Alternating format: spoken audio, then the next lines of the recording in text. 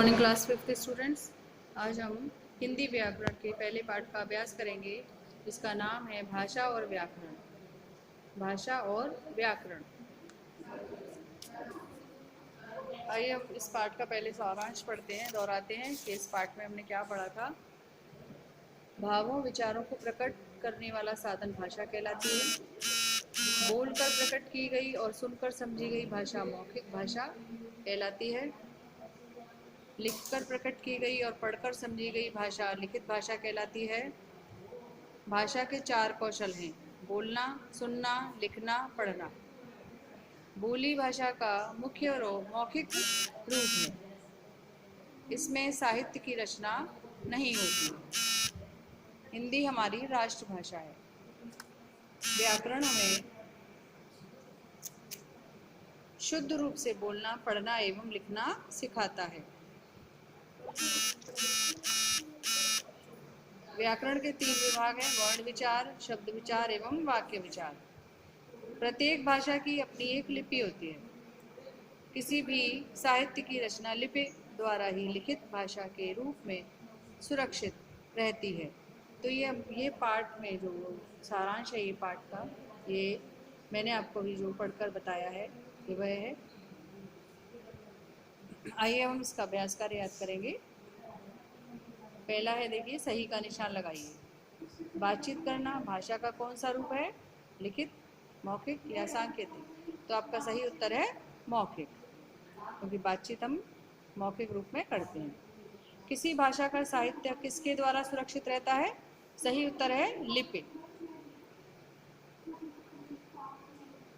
ग, इसमें से कौन सा भाषा का कौशल है? देखना, सोना, सुनना। सुनना भाषा का कौशल होता है, तभी हम उत्तर देते हैं। सूर सागर किस भाषा का काव्य है? मैथिली, ब्रिज भाषा या अवधी? तो सही उत्तर है अवधी। रिक्त स्थान भरिए। रिक्त स्थान में बच्चों आपको पूरा वाक्य याद करना है। पूरा वाक्य याद करेंगे हम, तो आपको वो शब्द अपना याद हो जाएगा कि इस वाक्य में हमें क्या शब्द भरना है। विचारों के आदान प्रदान का साधन भाषा है।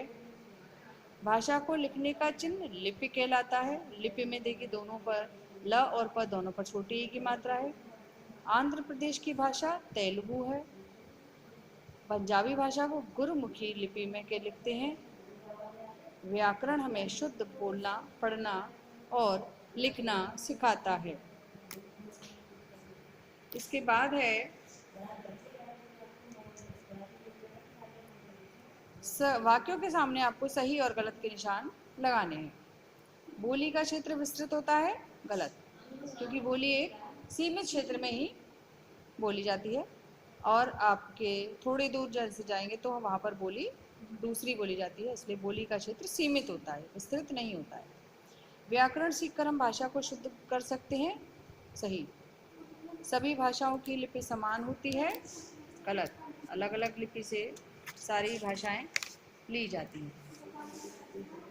भाषा के 4 कौशल होते हैं, सही। हिंदी हमारी राष्ट्रभाषा है, सही। अब आपका है मैचिंग, यानी मिलान करना है आपको लिपि और भाषा का। उर्दू भाषा किससे ली गई है? फारसी लिपि से। अंग्रेजी भाषा किससे ली गई है? रोमन लिपि से। लिखने वाली भाषा को क्या कहते हैं? लिखित भाषा। बोलने वाली भाषा को मौखिक भाषा। तेलुगु भाषा कहाँ की है? आंध्र प्रदेश। तमिल भाषा कहाँ की है? तमिलनाडु। तो ये आपका अभ्यास कार्य है, और इसको आप लिखकर भी देखेंगे, समझेंगे, पाठ को पढ़ेंगे तो आपको अच्छे से समझ में आ जाएगा। इसलिए जितना भी अभ्यास कार्य करवाया जा रहा है उसको ढंग से याद करिए।